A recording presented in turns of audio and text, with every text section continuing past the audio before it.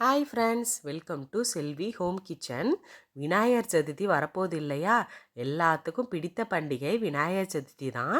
அது எப்படி செலிப்ரேட் பண்ணணும், என்ன செய்யணும், என்ன செய்யக்கூடாதுன்னு தான் இந்த வீடியோவில் நான் சொல்ல போகிறேன். நல்லா கேட்டுக்கோங்க. விநாயகர் சதுர்த்திக்கு அதிகாலையிலேயே எழுந்து குளித்துவிட்டு வீட்டை சுத்தமாக்கி வைக்கணும். அதுக்கப்புறம் வாசலில் மாவில தோரணம் கட்டணும். அப்புறம் மெயினாக என்ன பண்ணணும்னா, பூஜை அறையில் சுத்தம் செய்து ஒரு மணையை வைக்க வேண்டும். அந்த மனை வச்சிருக்கீங்க இல்லையா, அதன் மேல் கோலம் போட்டு ஒரு தலைவாழையை வைக்க வேண்டும். இலையின் நுனி வடக்கு பார்த்தது போல் இருக்க வேண்டும்.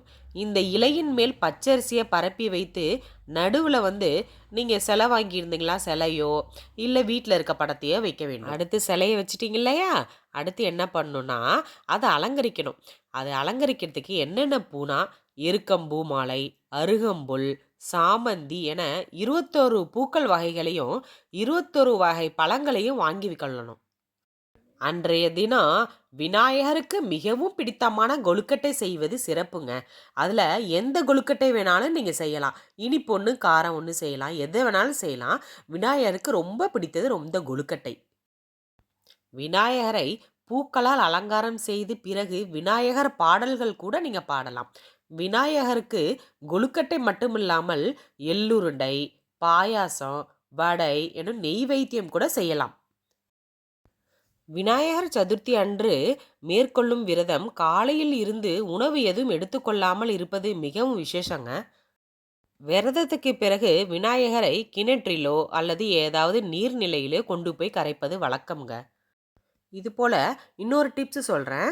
விநாயகர் சிலை வாங்கிட்டு வந்தோடனே என்னென்ன கடைப்பிடிக்கணும்னு நான் சொல்கிறேன். விநாயகர் கண்டிப்பாக தலையில் கிரீடம் கொடை அலட்டி வைக்க வேணுங்க. தலையில் கிரீடமோ கொடையோ இல்லாமல் இருக்கக்கூடாது. அப்படி இருந்தால் விநாயகர் விக்கிரமானது முழுமை பெறாதுங்க. இவ்வாறு கிரீடம் வைத்து வழிபட்டீங்கன்னு வச்சுக்கோங்களேன், அதிர்ஷ்டமும் நன்மைகளும் வந்து சேரும்.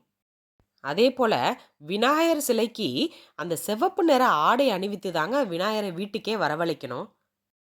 வீட்டின் சிலையை வீட்டின் கிழக்கு, மேற்கு அல்லது வடகிழக்கு திசைகளில் மட்டுமேங்க வைக்க வேண்டும். அதே போல் விநாயகரை எப்போ நீர்நிலையில் கரைக்கணும்னா, அந்நாள்கள் அடிப்படையில் தானே கரைக்கணும். 1.5 நாள், அதாவது ஒரு நாள், அப்புறம் அரை நாள், அதாவது 1.5 நாள், அப்புறம் 3வது நாள், 5வது நாள், 7வது நாள், 10வது நாள், 11வது நாள், இந்த நாட்களில் தாங்க நீர்நிலையில் கொண்டு போய் விநாயகரை கரைக்க வேண்டும். இப்போது விநாயகர் சதுர்த்திக்கு என்னென்னலாம் செய்யலான்னு சொன்னேன். இப்போ என்னவெல்லாம் செய்யக்கூடாதுன்னு சொல்கிறேன். வீட்டில் விநாயகர் சிலை எடுத்துகிட்டு வந்ததுக்கப்புறம் விநாயகரின் துதிக்கை இருக்குது பார்த்தீங்களா, அது வலது புறம் திரும்பியவாறு இருக்கக்கூடாதுங்க. அதாவது ரைட் சைடு திரும்பியவாறு இருக்கக்கூடாது. அப்படி இருந்தால் வீட்டில் பிரச்சனை தாங்க ஏற்படுத்தும். விநாயகரின் துதிக்கை இடது பக்கம் திரும்பி இருக்கபடி தான் பார்த்து கொள்ள வேண்டும். இப்படி இருந்தால் தான் வெற்றி மற்றும் நன்மைகள் நம்மளுக்கு பெருகும். நீங்கள் விநாயகர் சிலை வீட்டில் வச்சுருக்கீங்கல்ல, அது எத்தனை நாள் வச்சுருந்தீங்கனாலும் அத்தனை நாள் அவரை கவனிக்காமல் விட்டுவிடக்கூடாதுங்க. டெய்லியும் ஏதாவது, அதாவது கொழுக்கட்டையோ சுண்டலோ உங்களால் முடிஞ்சது ஏதாவது பண்ணிகிட்டே இருக்கணுங்க. அதே போல் நெய் வைத்தியமும் வைத்து வழிபட வேண்டும். இது மட்டும் கண்டிப்பாக செஞ்சிடக்கூடாதுங்க. அது என்னன்னா, விநாயகர் சிலை தனியாக வைக்கக்கூடாது. அந்த சிலை பக்கத்தில் சிவனோ, பார்வதியோ, முருகனோ இப்படி யாரோடையாவது சிலையாவது சேர்த்து தாங்க வைக்கணும்.